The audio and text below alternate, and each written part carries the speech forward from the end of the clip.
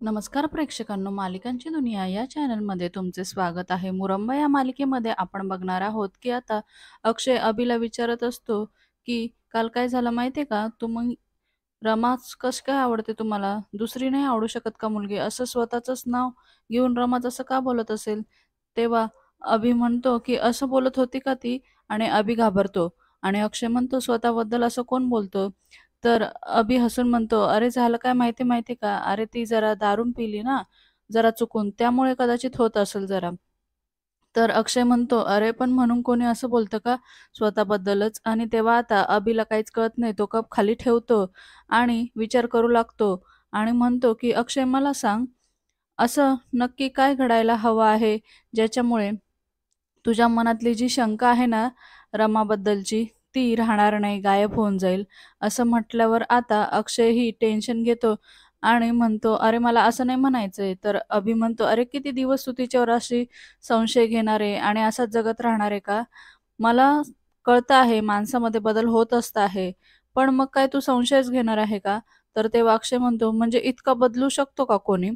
तर तेव्हा आता अभिही त्याच्याकडे बघतो आणि अक्षय म्हणतो, "माणसाचा मूळ स्वभाव बदललेला नाही." तर लगेचच आता अभि म्हणतो, "तिने तिचा मूळ स्वभाव बदललेलाच नाही. तिने जे केलं ते मोठ्या आईसाठीच केलं की नाही?" मग अक्षय म्हणतो, की "मग ती माझ्याशी असं का वागते? माझ्याशी वागताना मूळ स्वभाव बदलतो आणि मला हाच प्रश्न पडला आहे."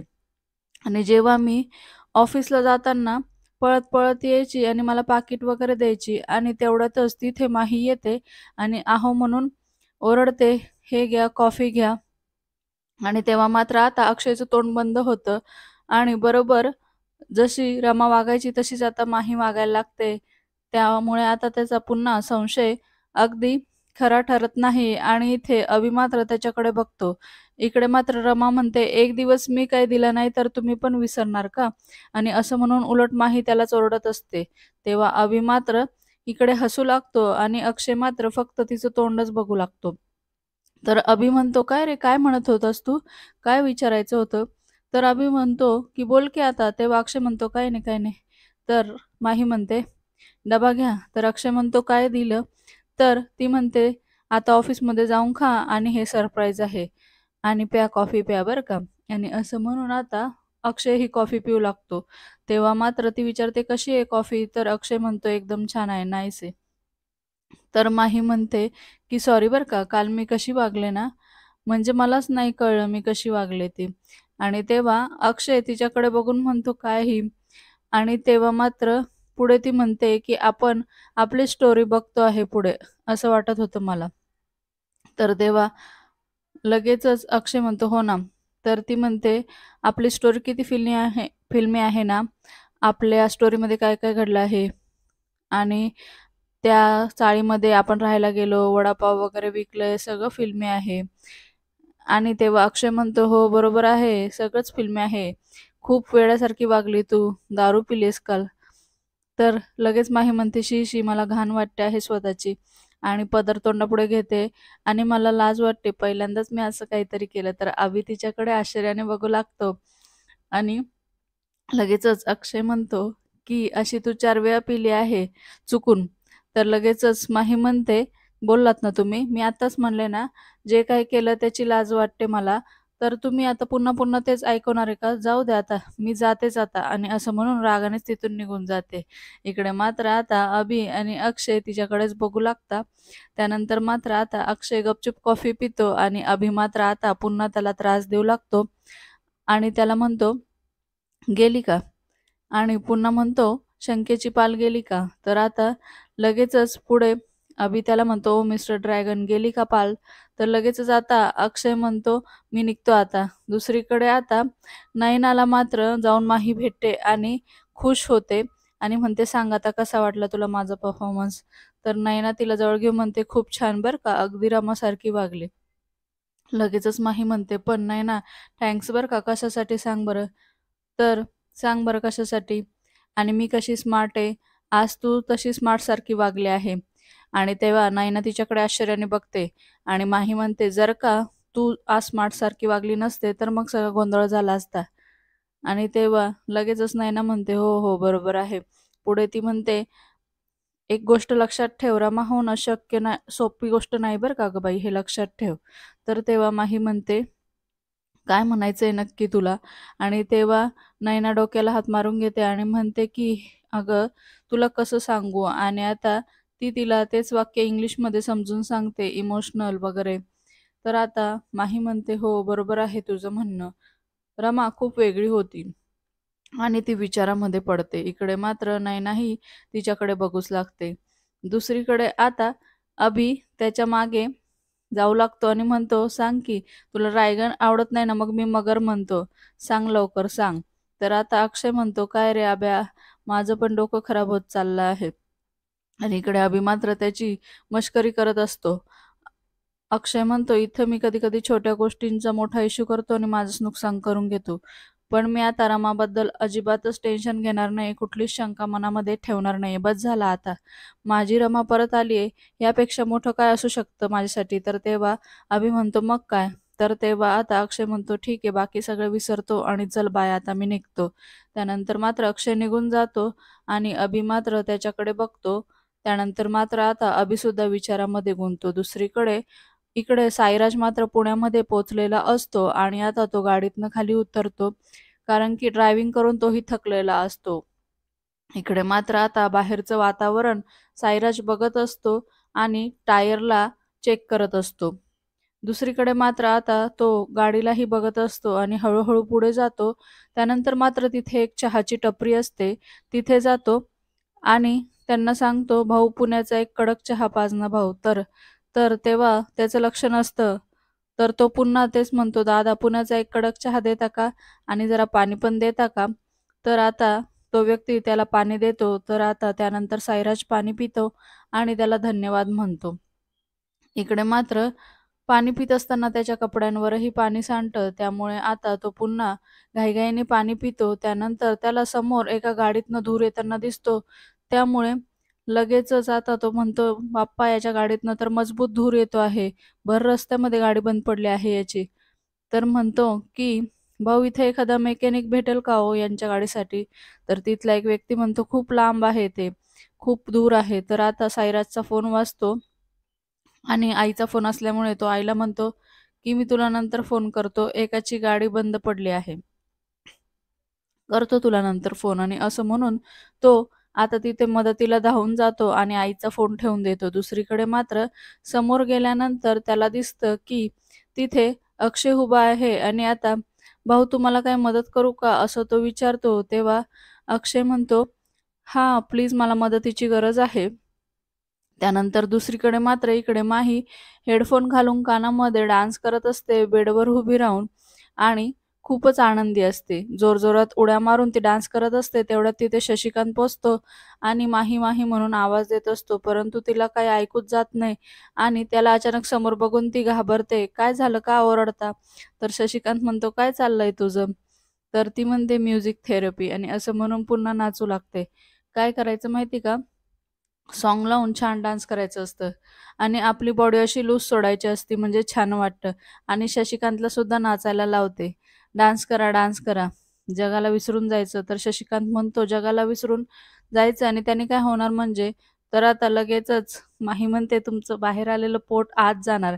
तर शशिकांत म्हणतो, माझं पोट आतमध्येच आहे." तर ती म्हणते, "मी खरं तेच बोलते आहे. डान्स करा बाबा, डान्स करा. तुम्हाला खूप छान वाटेल. बॉडी लूज होईल." तर शशिकांत म्हणतो, "मी तुझ्यावर रागवायला आलो आहे इथे आणि तू मला डान्स काय करायला सांगते आहे?" तर ती म्हणते, "एक्सक्यूज मी, तू काल रात्री माझ्या ग्लासमधली दारू पिलीस ना, म्हणून मी रागवलो आहे." तर आता लगेचच माही शांत उभी राहते. पुन्हा शशिकांत म्हणतो, "प्यायलीस की नाही सांग." तर ती बेडवरनं खाली उतरते आणि म्हणते, "हो, पण प्यायले मी, पण कोणी मला खायला-प्यायला काही देत नव्हतं, मग मी काय करू?" तर शशिकांत म्हणतो, "पण मला सांगायचं ना, मी तुझ्यासाठी सेपरेट बॉटल आणली असती. यापुढे माझ्या ग्लासमधली जर पिलीस ना तर बघ." तर माही म्हणतंय, "तुम्ही मला रागवतात का? तुम्ही माझे डॅड आहात ना, तर डॅडीच्या ताटातलं खाल्ल्यावर डॅडी असे ओरडतात का?" तर तेव्हा आता लगेचच शशिकांत इमोशनल होऊन तिच्याकडे बघतो आणि ती म्हणते, की "माझे डॅडू असते ना, तर ते असे थोडी वागले असते. ते म्हटले असते, माझ्याच ताटातलं खा, माझ्याच ग्लासातलं प्या." पण ते असते तर ते असे नसते वागले असं म्हणून ती पुन्हा अजून इमोशनल त्याला करते. तर शशिकांत म्हणतो, "नाही, नाही, मी एवढं नाही रागवलंय तुझ्यावर." तर आता ती बेडवर जाऊन बसते आणि नाराज होण्याची ॲक्टिंग करते. तर शशिकांत तिच्यापुढे हात जोडतो आणि म्हणतो, "बाई माफ कर गं मला प्लीज. जाऊ दे आता सोड तो विषय आणि मला रडायला येईल आता." पण माही म्हणते, "नाही, नाही, पण मी तर वाईट आहे ना, मी हात पण नाही लावणार." तर शशिकांत म्हणतो, "तू नाही, मी वाईट आहे गं. तू माझी लेक आहेस गं. मी बाप आहे ना तुझा. तुला माझ्या ग्लासातली प्यायची आहे ना, तर तू पी बिंदास जाऊ दे. माझ्यासाठी एक थेंब पण ठेवू नको बरं का. या घरातलं जर कोणी काय बोललं ना तुला, तर हा बाप आहे बरं का तुझ्या पाठीशी." तर आता लगेचच ती म्हणते, "रिअली?" तर आता पुढे तो म्हणतो, "हो, येस माय डॉटर."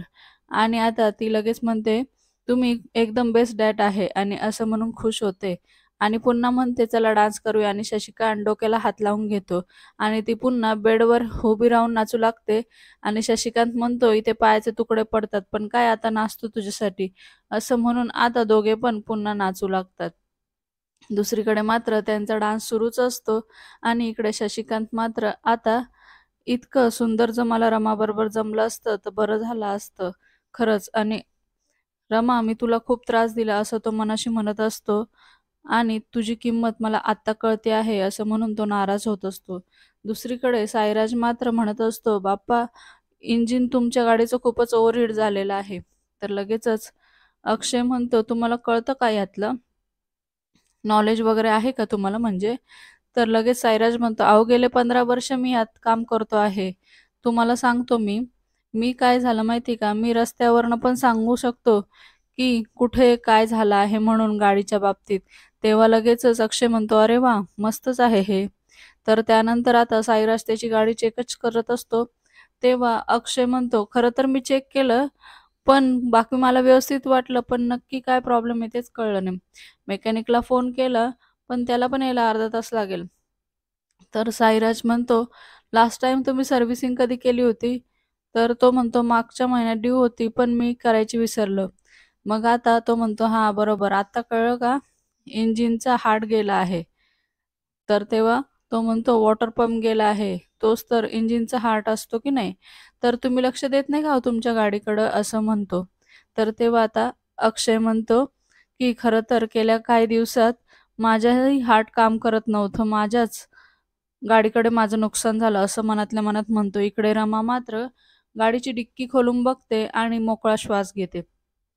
तर साईराज म्हणतो, "तुमची गाडी मी बरोबर करतो, पण इतकी बरोबर करतो, की तुम्ही गॅरेजपर्यंत जाऊ शकतो." तर अक्षय म्हणतो, "माझ्यामुळे तुम्हाला उगाच उशीर होईल." तर तेव्हा लगेचच पुढे म्हणतो, "असं काही नाही हो. मी जर कोणाला अशी अडचण आली, तर मी सगळी पर्सनल कामं बाजूला ठेवून त्याला मदत करतो." इकडे मात्र रमा डिक्कीतनं बाहेर पडण्याचा प्रयत्न करते, कारण हा आवाज ओळखीचा वाटतो आहे, असं वाटतं आहे. काय होतो आहे मला? धडधड का होती आहे माझी? असं ती मनाशी विचार करते आणि हळू डिक्कीच्या बाहेर बघू लागते, डोकावू लागते. इकडे-तिकडे बघू लागते. तिला अक्षयचा शर्ट मात्र दिसतो, पण चेहरा दिसत नाही. तेव्हा साईराज म्हणतो, "तुम्ही एक काम करता का? माझ्या गाडीच्या डिक्कीतनं टूलबॉक्स काढून आणता का? प्लीज, माझे हात खराब आहे ना म्हणून." तर अक्षय म्हणतो, "हो, मी आणतो ना." तर अक्षय आता त्याच्या गाडीची चावी घेतो आणि त्याच्या गाडीच्या दिशेने जाऊ लागतो. इकडे मात्र रमा डिक्कीमध्येच असते आणि अक्षय मात्र आता डिक्की खोलण्यासाठी पुढे जाऊ लागतो आणि हळू तो डिक्कीच्या दिशेने जातो आणि आता डिक्की खोलणारच असतो. इकडे मात्र तो चावी लावतो आणि डिक्की खोलतो. त्यानंतर मात्र तिथे रमा झोपलेलीच असते आणि आता दुसरीकडे अक्षय तिला बघणार तेवढ्यातच साईराज आवाज देतो, "भाऊ, झालं तुझं काम, टूलकिटचं गरज नाही." आणि त्यानंतर मात्र तो पुन्हा डिक्की लावून घेतो आणि तसंच येतो. परंतु त्याला असं जाणवतं, की कोणीतरी होतं डिक्कीमध्ये, म्हणून तो पुन्हा तिथेच थांबतो आणि विचार करू लागतो. परंतु रामाला मात्र आता अक्षयचा नीट चेहराही दिसलेला नसतो आणि अक्षयने सुद्धा तिला बघितलेलं नसतं.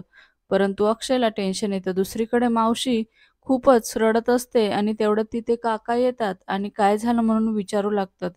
तेव्हा ती म्हणते, "माहीला पाहिल्यापासून ना मला आपल्या रामाची खूपच आठवण येते आहे हो."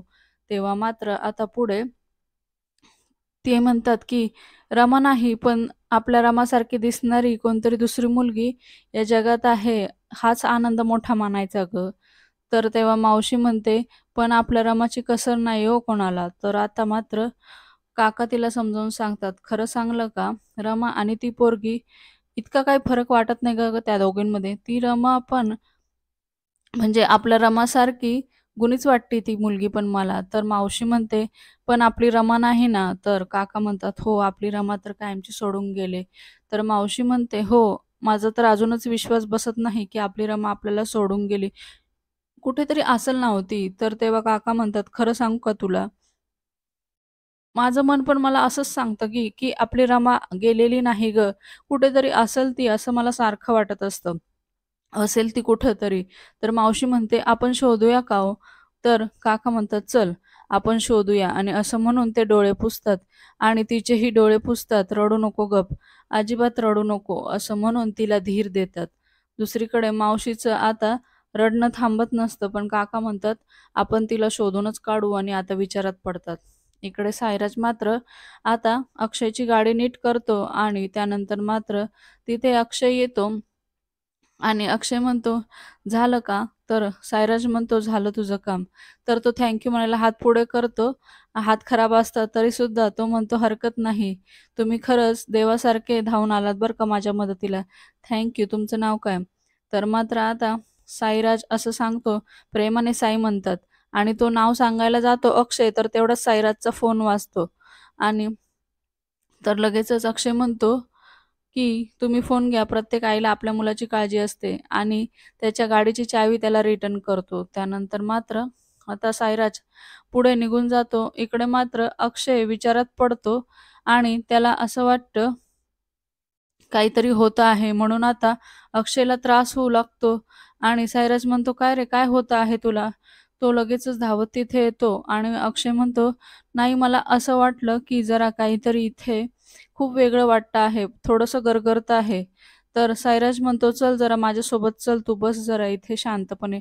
तुला त्रास होतोय का नक्की? काय होतंय काय?" असं मात्र सायराज त्याला विचारू लागतो आणि "बरं वाटेल तुम्हाला, जरा बसा इकडे माझ्यासोबत." आणि असं म्हणून त्या चहाच्या टपरीवर साईराज अक्षयला घेऊन येतो आणि त्याला तिथे बसवतो.